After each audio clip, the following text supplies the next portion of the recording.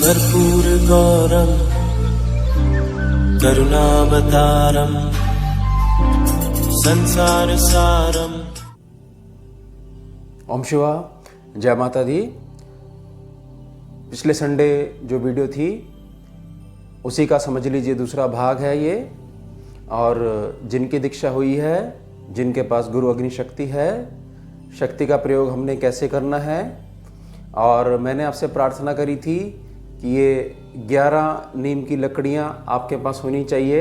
पिछली बार मैंने बताया था, आशा है मुझे ऐसी कि आपके पास ये लकड़ियाँ होंगी और मैं प्रयोग बताऊंगा। इसके प्रयोग से किसी भी प्रकार का विकार होगा आपके शरीर के अंदर, या कोई घटनाक्रम ऐसा होगा, पास्ट का कोई भी एक्सपीरियंस ऐसा होगा जो ऊर्जा रूप में बैठा हुआ है, उसको आप इन नीम की लकड़ियों की मदद से और जो शक्ति आपके पास है गुरु अग्नि शक्ति, उसके आशीर्वाद से, गुरु माँ के आशीर्वाद से इसको पलक झपकते ही बाहर निकाल दोगे।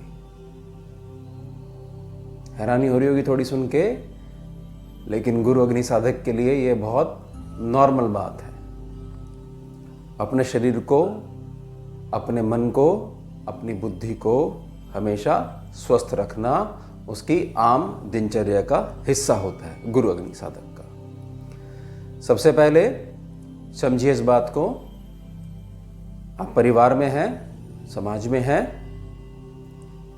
भौतिकता हमें चाहिए ही चाहिए, लेकिन भौतिकता उतनी नहीं चाहिए जिससे कि हम स्वयं भूल जाएं कि हम क्या हैं। भूल जाएं, सर पे चढ़ जाए हमारे एकदम से माया, उससे बचना है।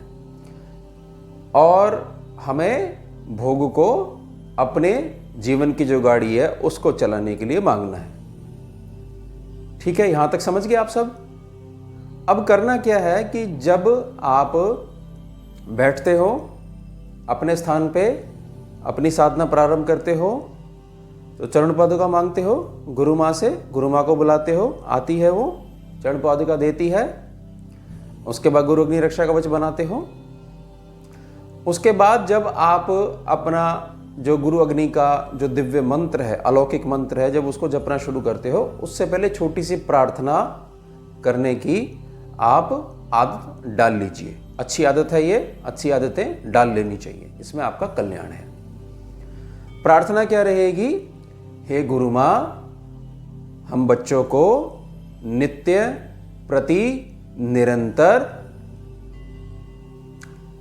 आत्मिक, मानसिक, बौद्धिक, शारीरिक और आर्थिक कृपा प्रदान करें। गुरु माँ हमारा कल्याण करें।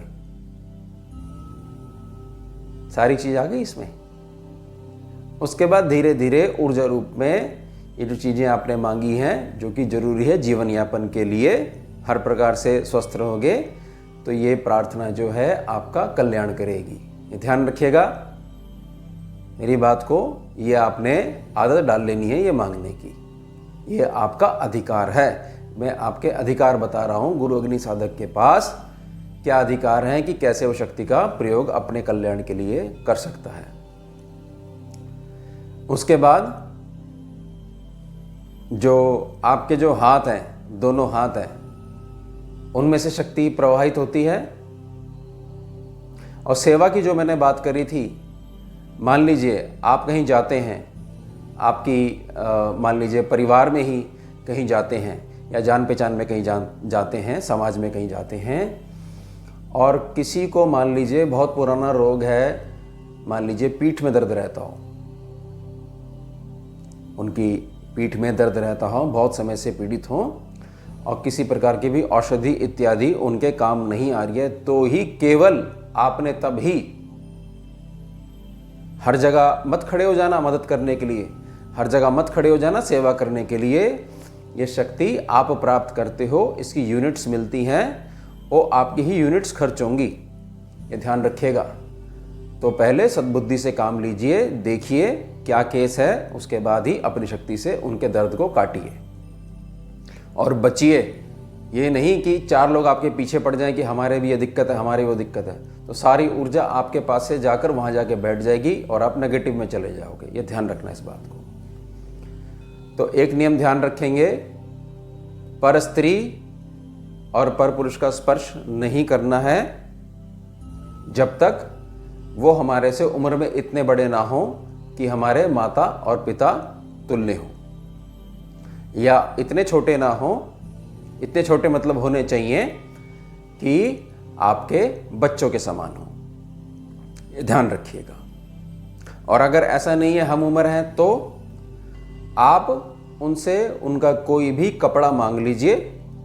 मान लीजिए कोई रुमाल है उनके घर में, आप उनको थोड़ी देर पकड़ा दीजिए कि आप अपने हाथ में इसको पकड़ लीजिए थोड़ी देर के लिए। उसके बाद उस रुमाल को ही आप ये मान लीजिए कि उनका शरीर है और बेस बनाइए। पहले लेफ्ट हैंड का रुमाल रखिए, राइट हैंड से उसको बंद कर लीजिए और जो प्रोसीजर मैंने बताया है वो प्रार्थना करिए। उनके कपड़े के माध्यम से ही आपकी शक्ति उनके शरीर में चली जाएगी और बहुत ज़्यादा उनको रिलीफ मिलेगा। ये शक्ति इतनी ज़्यादा ताकतवर है कि धीरे धीरे ये उनकी उस समस्या को भी काट देगी कि जिस मानसिक विकार से उनको ये रोग हो गया है। एक तो होता है शारीरिक रोग, एक हो गया कि कोई ऐसी घटना बैठी हुई है उसकी वजह से उनका शरीर डाउन जाता जा रहा है, तो ये शक्ति आपकी जो है उसको भी काट देगी। इसलिए साधना करनी बहुत ज़्यादा ज़रूरी है। यूनिट्स ही नहीं होंगी आपके पास, शक्ति ही नहीं होगी, तो कैसे आप कर पाओगे। और ध्यान रखिएगा, गुरु अग्नि रक्षा कवच बनाना ही बनाना है। सेवा करने के बाद ये ध्यान रखना है कि सेवा करने के बाद जब गुरु माँ से चरण पादुका मांगोगे, आप जब घर आ जाओगे साधना से पूर्व, तो 11 बार जैसे चरण पादुका आप मांगते हो तो गुरु चरणों की धूली आपने मांगनी है और अपने शरीर पे मल्ले या सर पे ही स्थान दे दीजिए जैसे आप चरण पादुका स्थान देते हैं। उसे किसी प्रकार की भी एनर्जी जो फ्लक्चुएशन हो रही है वो नहीं होगी आपके प्राण शरीर में। यानी कि अगर कोई ऊर्जा आपके साथ उठकर आ गई है तो वो न्यूट्रल हो जाएगी और स्पेस में चली जाएगी। ये ध्यान रखिएगा इस बात को। अब मुख्य बात, जो 11 नीम की लकड़ियां हैं, आप साधना के लिए तैयार हो, आप साधना कर रहे हो, ठीक है, चरण पादुकाएं आपने रख ली, गुरु अग्नि रक्षा कवच बना लिया। उसके बाद आपने क्या करना है, ये जो नीम की लकड़ियां हैं इनको आपने ऐसे पकड़ लिया, इस तरीके से पकड़ लिया और जोर से पकड़ लिया। जैसे कि आप जैसे कोई स्कूटर या मोटरसाइकिल चलाते हैं तो उस समय जैसे आपकी हाथों की अवस्था होती है ना, ऐसे ऐसे पकड़ लिया, बीच में लकड़ियां आ गई। मंत्र जपते जा रहे हो, जपते रहो। अब इसके ध्यान रखिएगा, सबसे पहले तो इनकी मदद से हमने अपना कल्याण करना है। और जो ये नीम की लकड़ियां हैं, ये जो बंच है पूरा, इसका आप नाम भी रख सकते हो, नाम भी रख सकते हो, आसानी होगी उससे। आप इसको नाम से पुकारोगे ना कि भाई जो इसका प्रयोग है कि आप करिए, मैं नाम से पुकार रहा हूं, तो और ज़्यादा आपकी ऊर्जा बहुत तेज स्पीड से जाएगी। क्योंकि सभी चीज़ इस ब्रह्मांड में चैतन्य है, जड़ कुछ भी नहीं है, केवल आपको पुकारने की ज़रूरत है। अनाहत से पुकारो, अनाहत से ही जवाब आएगा आपके अनाहत में, समझ लीजिए, हृदय स्थान में। कोई पास्ट की घटना ऐसी है, मान लीजिए आपके स्वयं के जीवन में आपके अपने पिता से नहीं बनती है, समझिएगा इस बात को। आप भी कोशिश करना चाहते हैं, वो भी कोशिश करना चाहते हैं, लेकिन दोनों पास नहीं आ पाते। दुख होता है आपको, आप समझ नहीं पा रहे। लेकिन अब आपके पास शक्ति है, तो लकड़ियां आपने पकड़ी हुई है, हाथ आपने नीचे कर रखे हैं, प्रार्थना करिए किससे, चरण पादुकाओं से, गुरुदेव से, गुरु मां से, कि जो घटनाक्रम मेरे शरीर में पैदा हो गया है, जिस कारण से मेरे और मेरे पिता के बीच में दूरियां आ गई हैं, वो जो ऊर्जा है उसको मेरे शरीर से निकालकर आप इन नीम की लकड़ियों में डाल दीजिए और थोड़ा सा कस के उसको दबा लीजिए। उसी प्रकार से मान लीजिए नीम की लकड़ियों का आपका नाम है, तो आप उनसे प्रार्थना कीजिए कि मेरे शरीर से जो ऊर्जा निकल रही है आप उसको प्रेम पूर्वक ग्रहण कीजिए। ये आप ही कर सकते हैं, जो भी आप इन नीम की लकड़ियों का जो ये इकट्ठे हुई हैं 11 लकड़ियाँ, इनका नाम रखोगे। बैठे रहिए 10 मिनट। उसके बाद आप साधना भी साथ में हो गई और वो ऊर्जा आपकी बाहर निकल गई।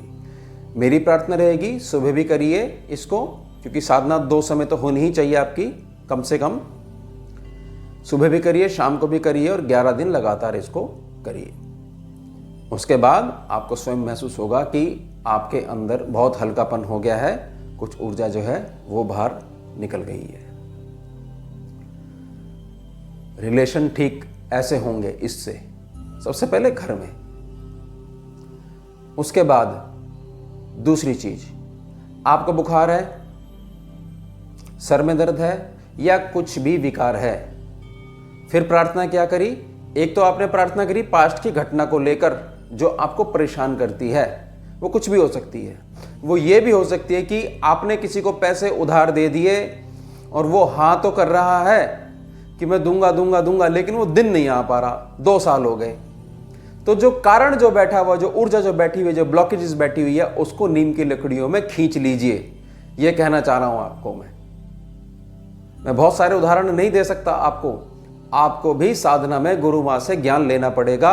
जो गुरु चरण उपाधिकाएं हैं, जो आपके गुरुदेव, जो गुरु हैं आपके, जो उनका ऊर्जा रूप जो आपके सामने खड़ा हो जाता है उसी क्षण जब आप अपने साधना कक्ष में उनका आह्वान करते हो, उनसे सीखना पड़ेगा ये ऊर्जा का प्रयोग। और वो सीख तभी पाओगे जब अपना मंत्र जपते रहोगे। बहुत ज़्यादा संख्या लाखों में, करोड़ों में पहुंच जाएगी। बहुत कुछ आपको शक्तियां आपके अंदर आ जाएंगी। भागना नहीं पड़ेगा, क्योंकि मैंने शरण में लिया आपको। कहीं भागने नहीं देता मैं, परेशान नहीं होने देता मैं, ना मैं होने देता, ना मेरी शक्ति होने देती। जिसको बुलाते हो आप गुरु माँ, हम दोनों एक दूसरे के आधे हिस्से ही तो हैं। तो एक जैसा व्यवहार है। वो मेरा व्यवहार धारण करती है, मैं उसका व्यवहार धारण करता हूं। ठीक है। अब आपने क्या करा? वही स्टेप 11 दिन करा अपने लिए, स्वयं के लिए। एक तो पास्ट की घटना को आपने रिलीज करा, उसके बाद शरीर में विकार है, टेंशन है, बात करने का मन कर रहा है गुरु से कि सुनो आज मेरे को आपसे बात करनी है, बात करना चाहती हूं, बात करना चाहता हूं, सुनो।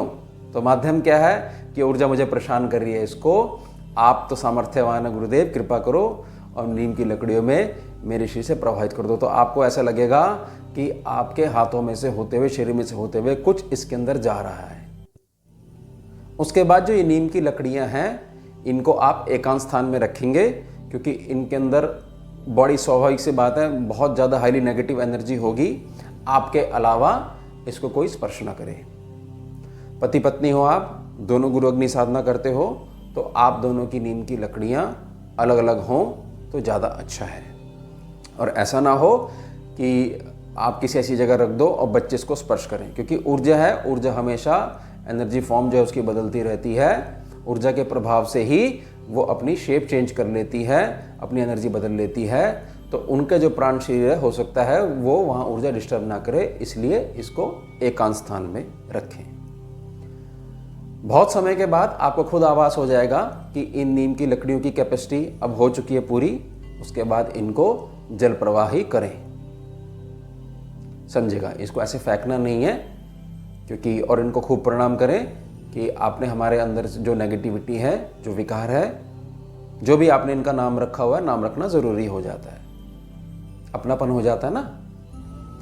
जल प्रवाह कर दीजिए और हाथ जोड़ लीजिए। उसके बाद आपके पास इन केस ऑफ इमरजेंसी के लिए 11 नीम की लकड़ियों की जोड़ा एक प्रकार से होना ही होना चाहिए। मान लीजिए अगर आप अकेले हैं तो जोड़े की जरूरत नहीं है, आपके पास एक नीम की लकड़ी की 11 लकड़ियों का एक संगठित जो है मात्रा जो है वो होनी चाहिए। 11 ही होनी चाहिए, 11 से ऊपर की अधिक की आवश्यकता नहीं है। हमने जब रिसर्च करी थी, जब हमारी दीक्षा हुई थी, तो हमने 11 में ही पाया कि भाई 11 ही पर्याप्त होती हैं। तो ध्यान रखिएगा। और मैं कहना नहीं चाहता हूँ, मैंने आपको जब दीक्षा दी थी बहुत अच्छे समझाया था कि मैंने क्या कारण से जीवन में क्या मैंने भोगा है, उस वजह से परेशान होकर और पश्चाताप करा मैंने उतने वर्षों तक, ये देनी बंद कर दी थी। आप भी दोबारा वही सिस्टम चला रहे हो कि गुरुजी उसका कल्याण कर दो, उसका कल्याण कर दो, उसका कल्याण कर दो। आपको शक्ति दे दी गई है, प्रयोग बता दिए गए हैं, केवल मंत्र जपना है और जैसा मैं आपको निर्देश दे रहा हूं वैसा आपने पालना करनी है। फिर भी आप क्यों नहीं समझते? समझिएगा मेरी बात को। सेवा जो आप इतनी आसानी से कह देते हो, मुझे और मेरी शक्ति को उनके दर्द का, उनके जीवन में जो विष बना हुआ है उसका एक हिस्सा भोगना पड़ता है। अगर मैं शर्त रख दूं आप सभी के सामने कि आप भोगो, मेरा कोई मतलब नहीं है, प्रार्थना नहीं आएगी उस दिन के बाद मेरे पास। सीधा निर्देश मैं दे रहा हूं आपको, आप पहले अपना कल्याण करिए। इसलिए मैंने कहा कि जो व्यक्ति दवाई से ठीक हो रहा है वहां जाके आप बिल्कुल मत बोलिएगा। वो आप अपने गुरु पे छोड़ो और अपनी गुरु माँ पे छोड़ो कि सेवा के लिए कौन व्यक्ति आपके जीवन में आएगा। आएंगे, मांगेंगे आपसे कि हमें सहायता करिए। आपके पास शक्ति है, ज्ञान है, जागृत गुरु हैं आपके पास और उनकी शक्ति हमेशा आपके पास रहती है माँ के रूप में। तो आप हमारा कल्याण करिए। ये नहीं कि आप किसी भी प्रकार से आप बार बार इसका भी भला करो जी, उसका भी भला करो। ये अहंकार उत्पन्न हो गया आपके अंदर। और समझ लीजिए हर किसी को आप खुश नहीं रख सकते कभी भी। ये थोड़ी है कि पूरी दुनिया को आप ठीक करवा दोगे गुरु से। कोई कारण तो होगा ना, कर्म चक्र तो कोई होगा ही, वो उन पे लागू होगा। तो भगवान का जो कर्म चक्र है, जो कर्म विधान है, उसमें हस्तक्षेप थोड़ी करना चाहिए। देखेंगे, समझेंगे, फिर बात करेंगे। तो ये व्यवहार ठीक नहीं है। इसमें आप सभी का कल्याण है, ध्यान रखिएगा। अब मेरे को मत कहना कि हमारे पैसे अटके हुए हैं, हमारे शरीर में दर्द है, बच्चे पढ़ते नहीं हैं। सर पे हाथ रखो ना। जब आपके हाथ से गुरु अग्नि है निकलती है, हाथ रखो और प्रार्थना करो गुरु माँ से कि आशीर्वाद दो इसको। आप तो सरस्वती का रूप हो, दो ना इसको आशीर्वाद कि सद्बुद्धि दो इसको। इसलिए वो प्रार्थना में बौद्धिक कृपा, कल्याण हो जाएगा आपका, ऊर्जा रूप में वो प्राप्त होगी आपको। इन सब बातों का ध्यान रखिएगा, जिम्मेदारी है ये, समझिएगा। एक प्रोसेस है और ये छुपा के रखने वाली विद्याएं हैं, ब्रह्म विद्या है। इसकी उत्तम पालना आपको करनी चाहिए। और गुरु का आदेश नहीं मानोगे तो आपका ही उसमें कल्याण रुक जाएगा। मेरा कुछ नहीं जाता, मेरी बात नहीं मानते तो। लेकिन ऊर्जा रूप जो है वो तो रोकेगा आपकी कि आप निर्देश का पालन नहीं कर रहे हो। आप उससे ही उसकी ऊर्जा को काटने की कोशिश कर रहे हो, वो कभी भी नहीं हो सकता, समझिएगा। और परेशान मत हुआ करो, मत हुआ करो परेशान छोटी छोटी बातों पर। आपको अब ये शोभा नहीं देता है, ध्यान रखिएगा। और कोई भी बात ना समझ में आई हो तो कमेंट कर दीजिएगा। जैसा मुझे समय लगेगा, टाइम लगेगा मेरे को, मैं ज़रूर आपके सवालों का जवाब दूंगा, ज़रूर रिप्लाई करूंगा। चैनल को सब्सक्राइब कीजिएगा, बेल आइकन प्रेस कीजिएगा। ज्ञानवर्धक वीडियो हो, आपको लगी हो तो लाइक कीजिएगा वीडियो को और अन्य मित्रगणों के साथ शेयर कीजिएगा। खुद भी जुड़िए और दूसरों को भी जोड़िए। और एक बात मैं बात करता हूँ, सभी से मैं बात करता हूँ, समय देता हूँ। और कभी कभार अगर ऐसा हो जाए कि आप व्हाट्सएप पे समय लेते हैं बात करने के लिए, आपका समय चूक जाए, नहीं समय मिल पाए, जैसी भोलेनाथ की इच्छा, माता रानी की इच्छा, तो आप पुनः समय लेकर, दोबारा समय लेकर कॉल कर सकते हैं। घबराए ना करो, मैं नाराज नहीं होता हूँ, प्रेम करता हूँ, सत्य प्रेम देता हूँ, सत्य प्रेम सिखाता हूँ, नाराज नहीं होता हूँ। दोबारा समय ले लिया करो, कोई बात नहीं, हो जाता है। तो ध्यान रखिएगा। ओम शिवा, जय माता दी। सारम भुजगेन्द्रहारम कर्पूर गौरम करुणावतारम